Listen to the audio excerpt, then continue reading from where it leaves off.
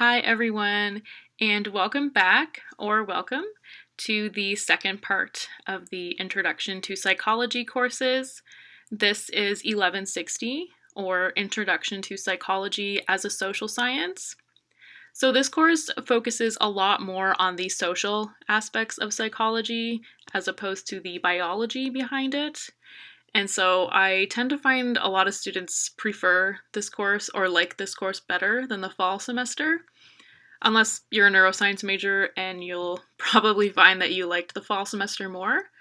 But nonetheless, this course is just as fun as the fall semester, and it's just a continuation of 1150.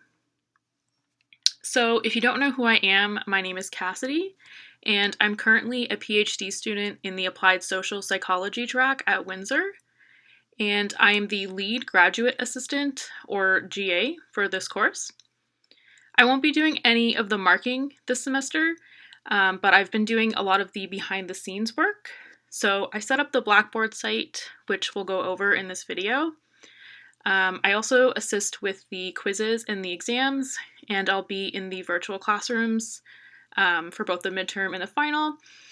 And I also assist with a lot of the emails. So if you email the course email, which this semester it's going to be susie1160@uwindsor.ca, or if you want to email me personally, which is costc@uwindsor.ca, which I'll have in the description below.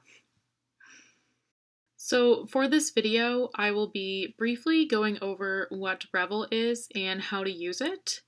For those of you who purchased access to Revel last semester, you do not need to purchase access again. The access that you bought was for both semesters. So for those of you who already have Revel and have been using it, you're good to go. But I will be briefly going over Revel for those who are new to us this semester. And I will also be going through the Blackboard site just to show all the resources that are on the Blackboard. So for this portion of the video, I will be discussing what Revel is and how to use it. So if you were with us last semester and you've already purchased access to Revel and have been using it, then you can probably skip this portion of the video. But for those of you who are new to us this semester and have never used Revel before, this portion is just going over what it is. So Revel is the textbook, and it is completely online. In order to access Revel, you have to purchase an access code.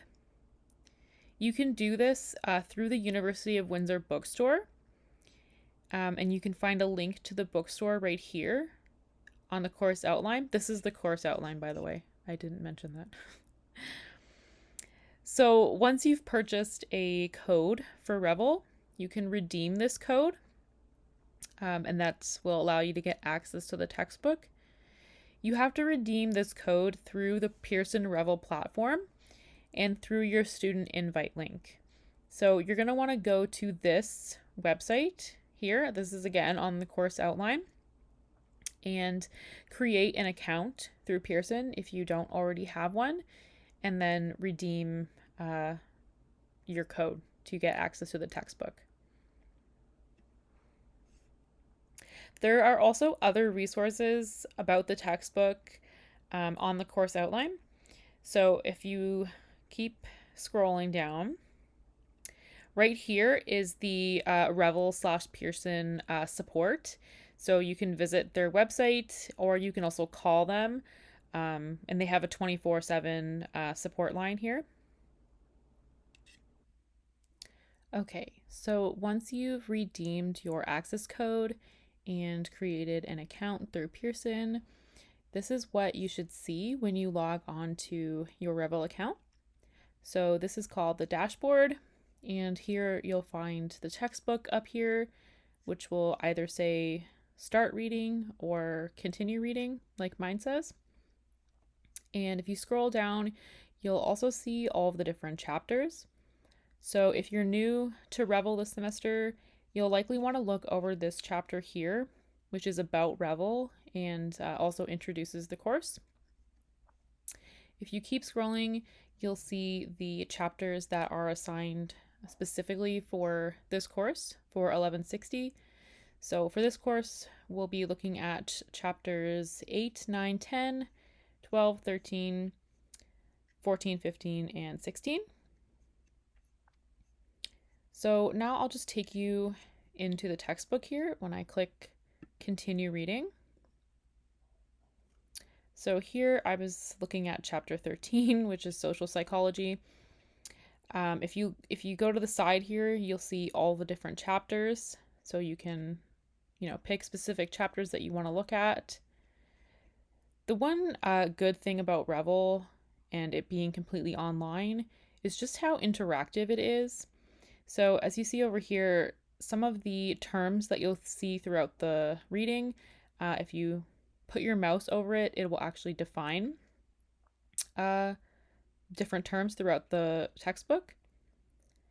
You can also go through and highlight things, important words or sentences that you want to remember. You can also, gives you 3 different color options. You can also add notes to things. So if you want to type your own notes for certain sections of the textbook, you can do that as well. But yeah, I think Revel is really interesting just because of how interactive it is.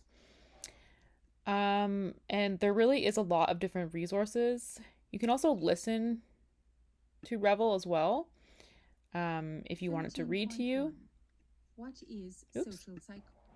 I'll stop that for now.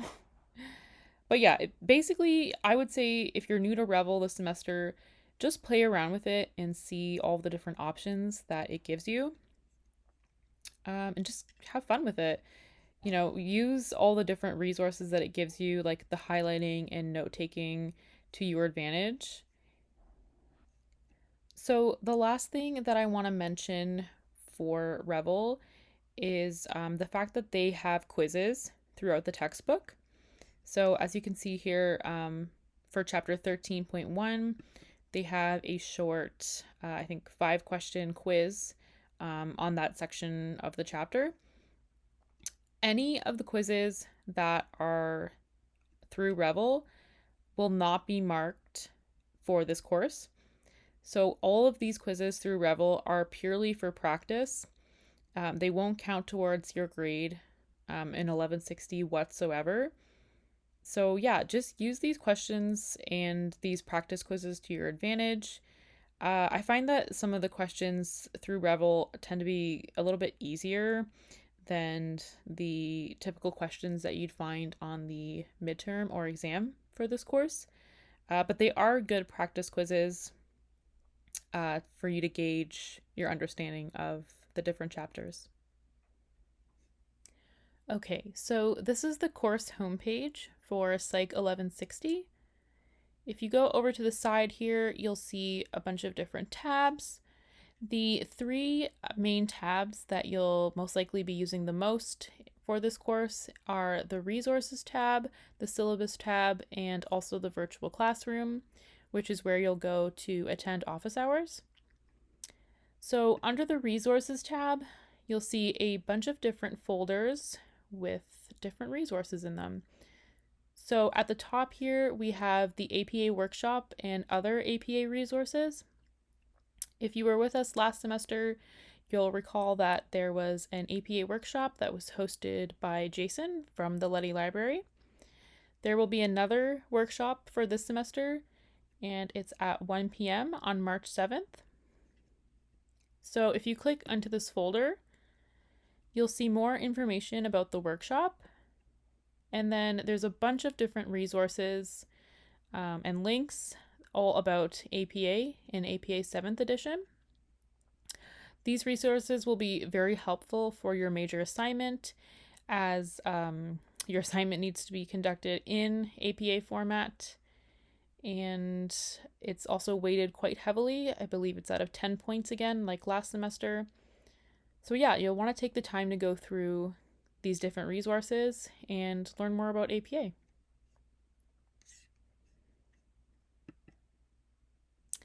The second folder in the resources is how to earn bonus points. So there's 3 different ways that you can earn bonus points for this course. The first is by participating in different studies through the participant pool. Now, these studies will be online again, like they were last semester. If you made an account last semester, you'll have to do that again this semester. So you'll have to reactivate your account and also retake the entry survey with a bunch of prerequisite questions. If you want to learn more about the participant pool, you can watch the information video linked here and also read about it in the manual. The second way to earn bonus points for this course is through the Bystander Initiative. So attending a Bystander Initiative workshop. Here are also some more information about the bystander workshops through this PDF and also through their website. And lastly, the last way to earn bonus points for this course will be through an alternative assignment. And you can look at the instructions for this assignment on the syllabus or on the course outline. Okay, so the third folder that you'll see is the chapter quizzes. So this folder will contain all of the chapter quizzes that you'll do throughout this semester. These quizzes will be released on Mondays, and you have 1 week to complete it. So they need to be completed the following Monday by 5 p.m. And you will have 60 minutes to complete each quiz once you start it. If you go into the folder right now, all you'll see is the video that I made last semester. So if you've never taken a quiz through Blackboard, or if you just need a reminder on how to take a quiz through Blackboard, you can watch this quick video that I made, which kind of walks you through how to take one of these quizzes.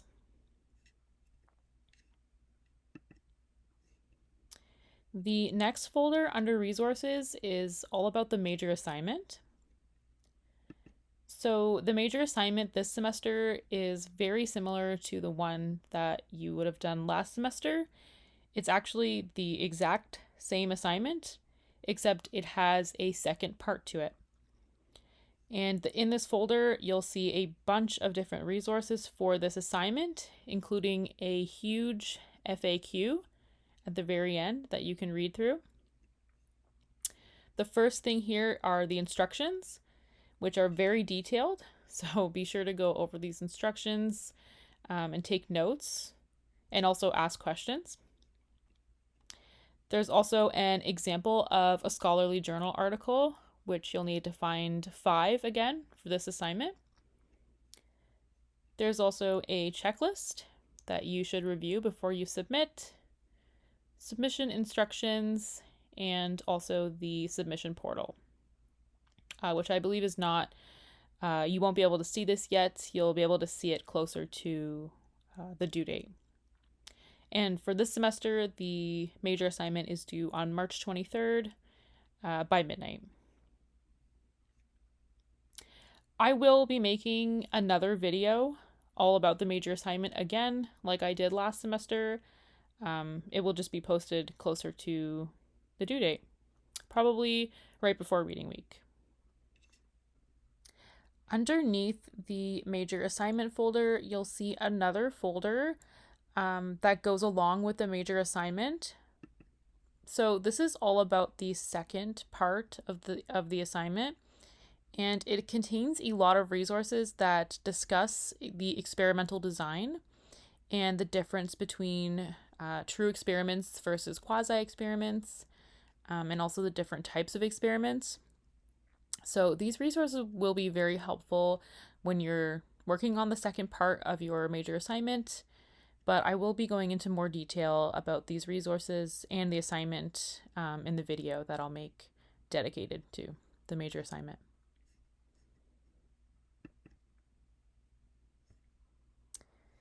The next folder under resources is about the reflection assignment. So this is due on April 6th, so closer to the end of the semester. And it's quite a simple assignment. You'll see the instructions here, and you can go through them when you'd like. But essentially, the reflection assignment will just be you reflecting about your experience in university and the past year, and basically what you've learned throughout the past year. So yeah, this folder contains the resources for that assignment, which you can go through. You'll see the instructions, the submission instructions, and also the submission portal. And lastly here, we have a folder that contains rapid reviews. So these rapid reviews are basically a summary or a very simple review of each chapter that's covered in this course. These are really good study tools that you can use and kind of just to check and make sure that you are understanding all of the main concepts from each chapter. So here you'll see all the different chapters that we'll be covering for this course. And like I mentioned, these are just good study tools to review when you're studying. The resources tab is also where Dr. Susie will be posting her lectures. I believe she'll have an individual folder for each chapter. So the resources tab is probably where you'll be spending the majority of your time on Blackboard, as it contains the majority of the information.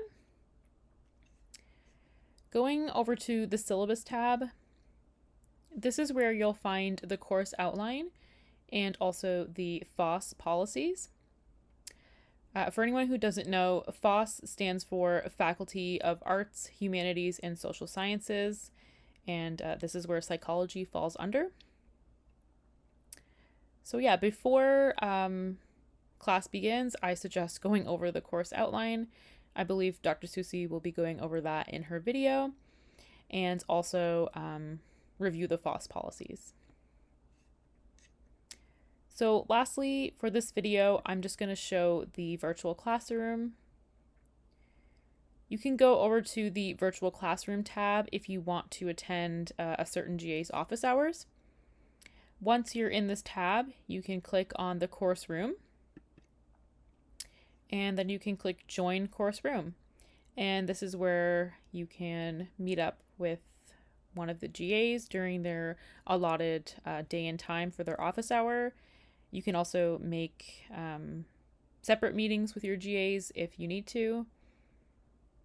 And this is also where Dr. Susie will be holding her office hours as well. So that concludes this introduction video. If you have any questions on any of the content that I covered in this video, you can feel free to email the course email, which is susie1160@uwindsor.ca, or you can email me personally. My email will be in the description below, or it's also on the course outline, along with all the other GA's emails. I hope that you enjoyed this video, and I look forward to getting to work with you all again this semester.